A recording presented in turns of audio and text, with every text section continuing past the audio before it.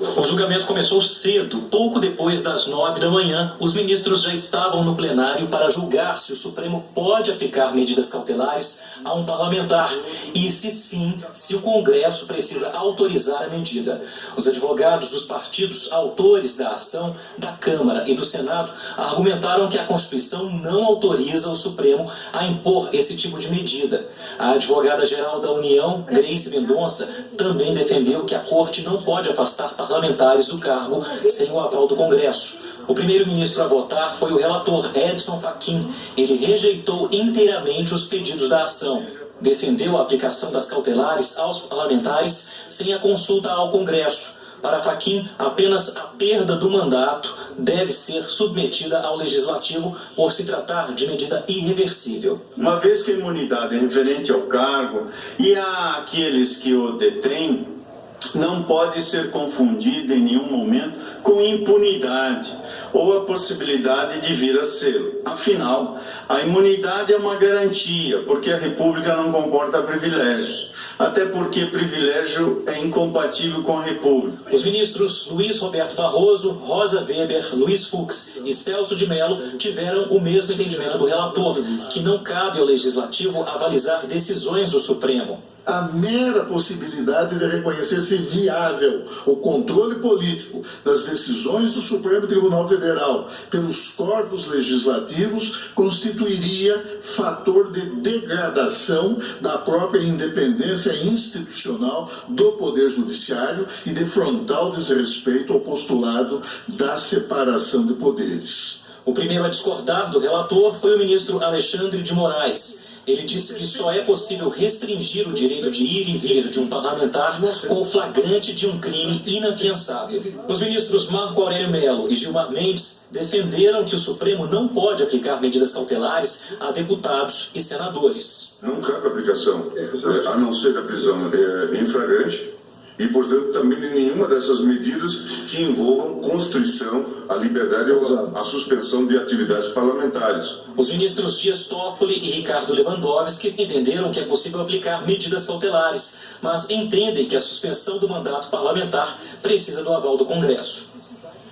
Bom, e para falar sobre esse finalzinho, que foi muito mais confuso do que a longa duração do julgamento, a gente vai falar com o nosso time de comentaristas em Brasília, Cris e Camarote. Pessoal, essa reta final deu pano para manga. Muita gente que está ali habituado a acompanhar os assuntos todos e julgamentos e votos do Supremo Tribunal Federal não entendia ali o momento em que a presidente Carmen Lúcia foi definir como era o seu voto. E aí o relator Edson Fachin disse, não, a senhora não está...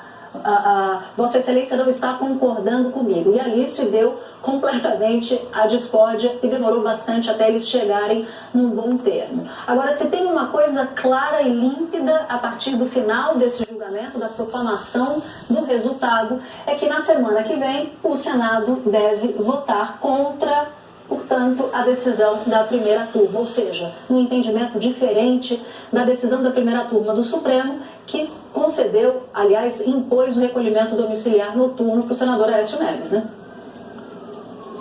Isso, Natuza, isso, Cris. Eu acho que vamos agora para o caso concreto, que é o Aécio Neves. Eu estava aqui conversando com a Cris. O que vai acontecer na semana que vem? Teve já uma decisão da primeira turma. Essa decisão foi tomada e é decisão do Supremo Tribunal Federal. O que vai agora acontecer é o Senado vai cumprir essa decisão ou não? Não é desautorizar o Supremo Tribunal Federal. O que vai acontecer? O Senado vai cumprir uma decisão tomada pela primeira turma do Supremo Tribunal Federal. É isso que está em jogo. Ou seja, a decisão já foi tomada e foi tomada pelo Supremo Tribunal Federal. E o que a gente viu agora, de forma, o caso, a repercussão geral do Supremo Tribunal Federal, é o seguinte: cabe sim medidas cautelares, afastamento e qualquer fato que atinja direta ou indiretamente o mandato, aí sim tem que ser encaminhado à Casa Legislativa. No caso concreto que a gente está vendo mais especificamente, ao Senado, pode ser a Câmara, a uma Assembleia Legislativa, pode ser também a Câmara de Vereadores, enfim, essa é a interpretação que foi dada. Não foi fácil. A gente viu, eu acho que ali vale ressaltar a capacidade de criar uma mediação do decano. Foi importantíssimo, porque se chegou a vários impasses, a gente percebeu ali em vários momentos nessa última hora, impasses ali, você se formava rapidamente grupos e sem ter uma maioria concreta. No final, como a Natuza bem colocou, teve uma posição da Carmen Lúcia que só avaliava que poderia ser encaminhado à Casa Legislativa no caso de afastamento e não outras medidas cautelares, e aí a gente viu ali, foi inclusive uma habilidade de redação que permitiu, na reta final, se criar uma maioria e que ficou expressa ali. Então, isso mostra, primeiro, como a gente já estava alertando aqui, como estava dividido o Supremo Tribunal Federal em relação a isso, que não seria uma decisão fácil e que só ali no limite do tempo é que foi possível se criar essa maioria. O Supremo ficou dividido com esse grupo da primeira turma, com o ministro Fachin, são 4 votos que me parecem assim, fechados, ali com a tentativa de permissão para a autonomia do Supremo tomar qualquer medida, sem ouvir o Senado Federal, sem ouvir a Casa Legislativa. Então, o ministro Fachin deu o voto, Barroso, Rosa Weber e Fux. Quem se opôs, completamente oposto desse grupo, foi o ministro Marco Aurélio Mello, que no final foi quem não acompanhou essa mediação aí.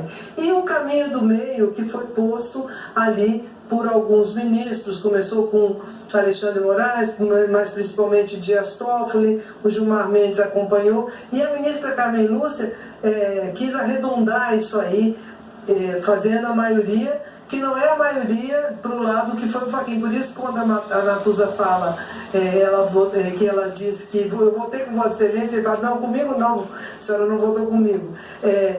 A ministra Carmen Lúcia fez um voto ali que era o caminho do meio, que afinal é o que prevaleceu, e quando ela diz que o mais importante é o mandato, é preservar o mandato parlamentar e não a figura do detentor do mandato.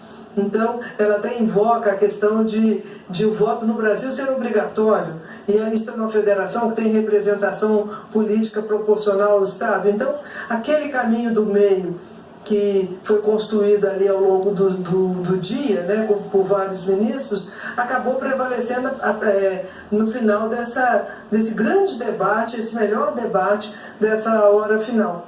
E essa questão da cautelar, esse acréscimo, vamos dizer assim, porque muitas vezes a gente ouviu falar que o problema no caso de Aécio Neves, fulanizando a discussão, era o recolhimento noturno. Eles acham que não. O mais importante é a questão do mandato, é a preservação do mandato parlamentar. Então ficou decidido que pode pedir, o Supremo pode determinar e o Congresso tem que votar em 24 horas, uma coisa que o Congresso não queria fazer. O Congresso queria o voto do Marco Aurélio Mello, mas não prevaleceu, porque o Congresso agora, no momento de tantos processos, ele vai ter que de mês em mês, semana em semana, votar se aceita o pedido de afastamento de um ou de outro parlamentar que esteja aí na boca do gol ali para o julgamento no Supremo Tribunal Federal. Na Câmara, então, são 90.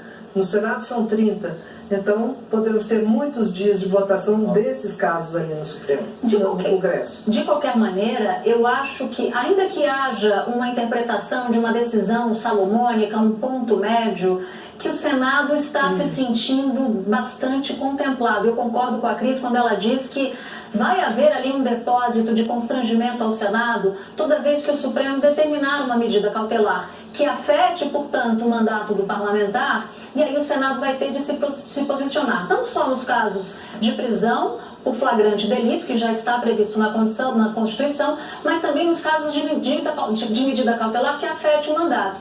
Pois bem, mas de qualquer maneira, para esse caso fulanizado que a Cris mencionou, que é de Aécio Neves, nesse caso, essa maioria se sente contemplada. Valendo dizer, claro, que o Senado não se fechou em copas em torno de Aécio por amor ao senador, nem por defesa da causa dele. Não, é porque a gente já falou aqui, o Camarote, a Cris, que era um espírito de corpo que dominava, porque achava que o Supremo não poderia dar a palavra final nesses casos específicos. Então, essa divisão continua. O Senado se sente contemplado porque, de fato, acaba sendo ele quem determina, quem vai determinar o caso do Aécio Neves, por exemplo, mas será submetido, como disse a Cris, ao constrangimento de ter, se for para salvar parlamentares sob suspeita ou sob forte acusação, vai ter de sofrer e pagar um preço junto à opinião pública. Mas isso melhor para eles lá, né, do que essa possibilidade de uma turma do Supremo afastar sem recurso à Casa Legislativa, né? Era essa a possibilidade, a gente estava vendo isso claramente. De fato, o que a gente viu aqui, tanto a Presidência da República através da AGU, o Senado e a Câmara avaliavam que não cabia qualquer medida cautelar. Então, em relação a isso... Estava todo mundo com o Marco Aurélio Mello. Estava com o Marco Aurélio Mello. Então, em relação a isso, teve um revés. Por isso que agora, foi um caminho do meio. A expectativa é que, diante de, como você bem colocou, essa decisão salomônica do Supremo Tribunal Federal, não haja uma reação. Porque se acontecer uma reação, você volta a uma crise institucional que foi muito difícil de ser solucionada hoje pelo Supremo Tribunal Federal. O Supremo Tribunal Federal foi ali, assim, 1 hora para a redação. Ou seja, é algo... E uma sessão de 14 horas que não é habitual ali, né? São as 9 da manhã, a gente estava aqui na Globo News acompanhando desde cedo. Exatamente, vários ineditismos. Pessoal, a gente volta a falar sobre mais confusões que não faltam em Brasília daqui a pouquinho.